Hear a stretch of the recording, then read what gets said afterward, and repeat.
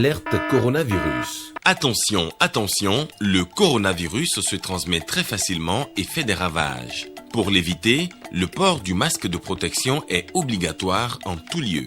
Dans l'administration publique ou privée, dans les réunions, les rencontres, dans les marchés, les magasins, les boutiques et lors des déplacements, le port du masque est obligatoire. Même dans les lieux privés, dès lors que l'on n'est pas seul, le masque doit être le fidèle compagnon. Mais attention, le port de masque de protection ne dispense nullement d'appliquer les autres mesures de prévention, notamment le lavage des mains à l'eau et au savon et l'observance de la distance de sécurité sanitaire d'au moins 1 mètre entre personnes. Enfin, s'abstenir de porter des gants en vue du lavage régulier des mains à l'eau et au savon ou de l'application de gel hydroalcoolique. Pour tout savoir sur l'épidémie du coronavirus au Bénin, rendez-vous sur le site web www.gouv.bj/coronavirus. Ceci est un message du gouvernement de la République du Bénin. Bonsoir à tous, très heureux de vous retrouver. Bienvenue au Journal des Régions. Nous prenons la direction du département du Koufo où la dernière conférence administrative départementale de l'année s'est tenue à Aplaroué. Plusieurs points étaient inscrits à l'ordre du jour. Écoutons Christophe Megbedi, il est le préfet de ce département.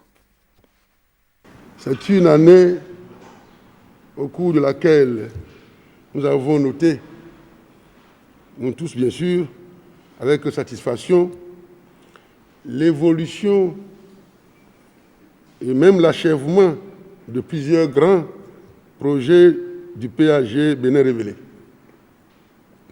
C'est aussi une année marquée, vous en doutez, par l'organisation réussie des élections communales et municipales dans notre pays.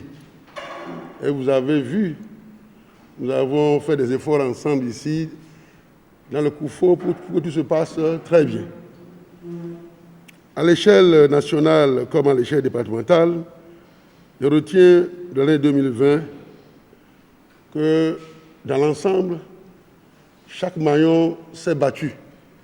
Très bien battu depuis le niveau national jusqu'au niveau communal. Ainsi, je saisis cette occasion pour témoigner notre profonde gratitude à son Excellence, Président de la République, chef de l'État, chef du gouvernement, Patrice Athanase Guillaume Talon, pour avoir initié et brillamment réussi la tournée nationale de reddition de comptes. Une reddition de comptes qu'il a bien voulu organiser en descendant jusqu'à nous dans les communes.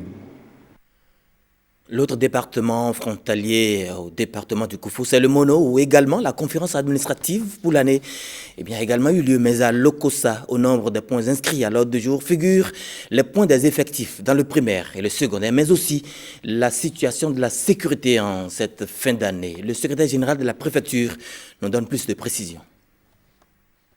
Nous avons parlé de la sécurisation des personnes et des biens, surtout à la veille de cette fin d'année. Par rapport à ça, le directeur départemental de la police républicaine nous a fait le point des différentes actions qu'il a eu à initier quand même pour protéger les personnes et les biens. Et en termes d'action, nous avons la multiplication des patrouilles nocturnes et diurnes, des sensibilisations sur le terrain. L'accent a été mis de façon particulière aussi sur la coproduction de la sécurité, le rôle du renseignement territorial, bien sûr, dans la protection des personnes et des biens n'a pas été du tout occulté.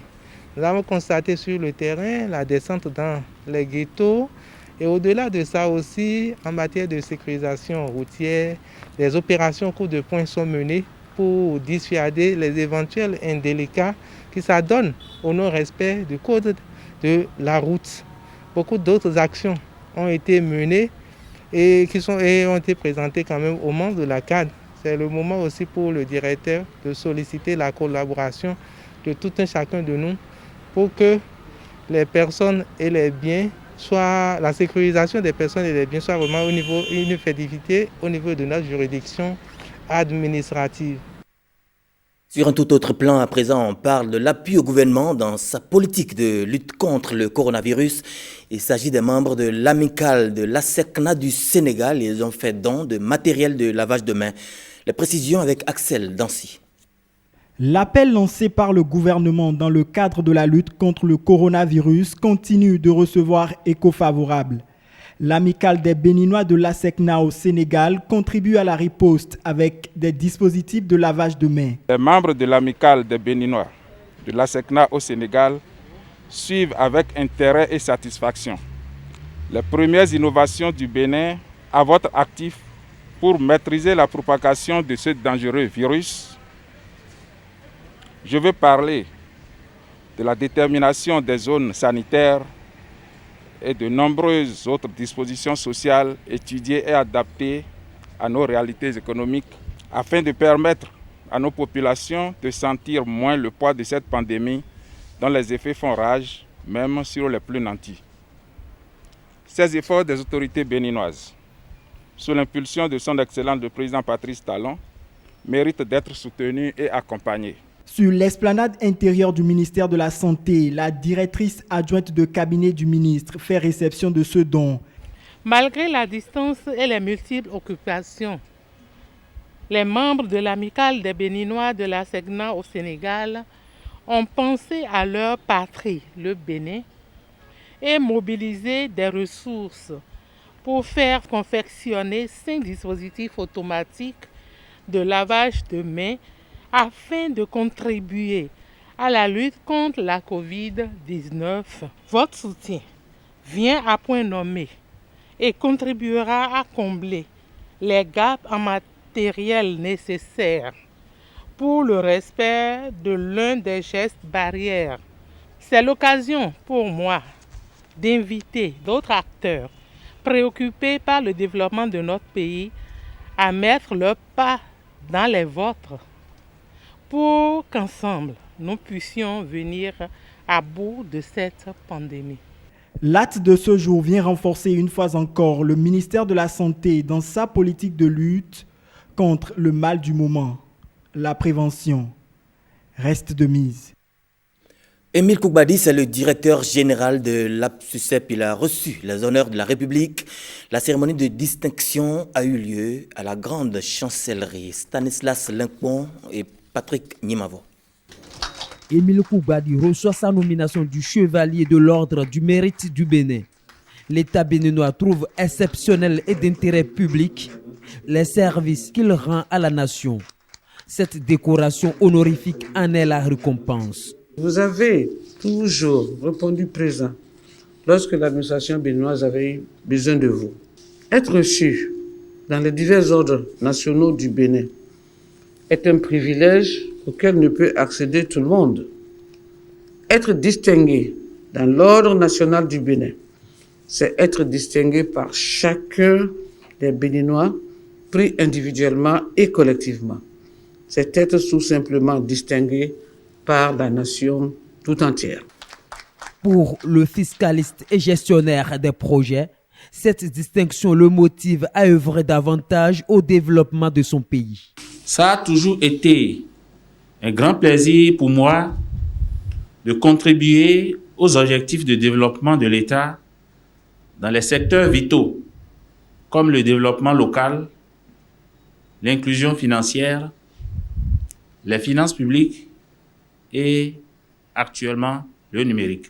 Je voudrais réitérer mes remerciements très respectueux au président de la République de m'avoir fait cet honneur. L'Ordre national du Bénin a un sens de haute portée.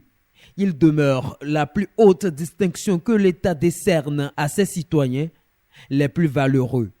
Sa création remonte à octobre 1961. Les acteurs culturels du Bénin innovent pour impacter leur secteur et c'est à travers le projet décentralisation culturelle. Avec l'appui financier de l'Union européenne à travers le REPASOC, Les acteurs culturels veulent donner une touche particulière à la culture dans les différentes communes ciblées. 21 mois sur le terrain pour recenser les différents problèmes que vivent les acteurs culturels en vue de changer l'image de la culture. C'était au FITEB à Cotonou. On fait le point avec Awa Sherif et Michel Leboué.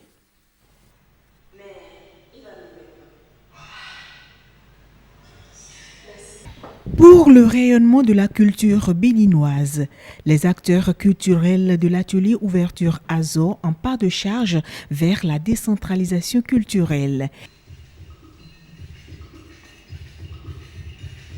C'est un projet axé sur plusieurs volets. Renforcement de capacité de l'action culturelle et le développement de la culture béninoise. Si tu dois quitter Parakou, Natitengu, Ndali, juste pour venir juste à la direction, là, déposer ton dossier, revenir pour voir le niveau du dossier, revenir encore pour apprendre que ton financement n'a pas été accordé, c'est un peu difficile. Et donc nous, on a pris le pari d'aller vers ces gens-là, d'amener le financement vers les communes qui ne sont pas les premières bénéficiaires de ces financements. Donc les 25 qu'on a financés par exemple, on a le théâtre, on a la musique, on a la danse, on a les arts plastiques, on a le numérique, on a le cinéma, on a tout. Après 21 mois de travail acharné sur le terrain, les acteurs culturels de l'atelier Ouverture Azor ont fait un plaidoyer qui visiblement semble avoir un écho favorable auprès des autorités. Nous avons entendu le plaidoyer. Nous avons entendu l'appel de Porte Novo où vous demandiez que la cagnotte soit augmentée. Naturellement, les besoins en financement sont élevés. Nous sommes à près de 15 milliards de demandes pour à peine 1,2 milliard au FAC. Tout le monde ne peut naturellement pas être servi. Et c'est pour cela que j'encourage nos acteurs culturels à toujours réaliser des projets fédérateurs. Nous, au niveau de Repasoc, nous allons souhaiter que les oreilles qui entendent ici puissent être le réservoir des bouches qui vont transmettre l'information aux autorités au plus haut niveau. Ça nous fera beaucoup plaisir de voir que dans les années à venir, les politiques de l'État vont s'intéresser à cette décentralisation culturelle. 25 associations ont été financées dans les communes d'Abomey-Calavi, Dobo, Boïcon et Parakou, avec des espaces culturels aménagés, de quoi réjouir les bénéficiaires. Au nom des bénéficiaires, je voudrais d'abord en cette occasion remercier l'implication très active de l'atelier Ouverture Azor dans le processus de développement des arts et de la culture au Bénin. Je voudrais ensuite remercier l'Union européenne à travers le programme REPASOC pour cet engouement si prononcé pour le financement des projets d'ordre culturel au Bénin. La remise de l'outil de base aux représentants du ministère de la Culture a mis un terme à la cérémonie. Et nous restons dans le domaine culturel avec un projet qui a pris fin également, Précar. C'est le projet Préservation culturelle par les arts. Initié par l'ONG Les Trois Sœurs, le dit projet a pour objectif de valoriser le patrimoine culturel du Bénin. La cérémonie de clôture des activités du dit projet a eu lieu en début de week-end écoulé au siège de cette organisation à Calavi. Stanislas Limpon et Rodrigue Blondoumain y étaient. Ils nous proposent ce compte rendu. Sous ce manguier, une voix résonne, des histoires contées. Une scène devenue rare, mais qui refait surface ici. Pas pour autant pour que j'oublie les civilités. Alors bonsoir. Bonsoir. Je dis bonsoir. Bonsoir. L'histoire que je m'avais vous raconter n'existe pas. Toutes les villes dans lesquelles je l'ai racontée sont toutes disparues. Et toutes les personnes qui l'ont entendue sont toutes mortes. Alors vous dites, vous toujours l'écouter? Enfant d'hier, devenu adulte aujourd'hui, ces spectateurs se remémorent l'Afrique des temps anciens, un moment de nostalgie. Les histoires orales sont particulièrement difficiles à garder. En effet, une fois perdues, elles disparaissaient à jamais. Aujourd'hui, malheureusement, avec le développement, on est plus attaché à la télé, aux dessins animés, aux feuilletons et autres. Je crois que cette organisation non gouvernementale a eu le mérite d'embrasser cette voie pour mettre en valeur et sauvegarder le patrimoine de notre pays. En miniature, cette nuit, l'Afrique des temps immémoriaux où chaque gestuelle compte, où chaque son du tambour véhicule un message spécifique. À travers la narration, le précaire, projet de préservation culturelle par les arts, réinvente et réinterprète l'expression culturelle traditionnelle du Bénin. 50 ont été enregistrés sur le titre du patrimoine culturel à Abomey, à Aguanihuegbo et à Porto Novo. Après la transcription et la traduction par les linguistes du CBLAE, 50 ont été traduits aussi en français et en anglais. L'ONG Les Trois Sœurs travaille pour la sauvegarde des contes transmis de bouche à oreille. En images dans ces rayons, des contes enregistrés auprès des aînés et matérialisés grâce aux artisans. À côté, se trouve aussi la version transcrite et imprimée de ces histoires populaires du Bénin. Ce sera tout pour ce journal des régions avec une invite à vous inviter, oui, à préserver votre culture, notre culture.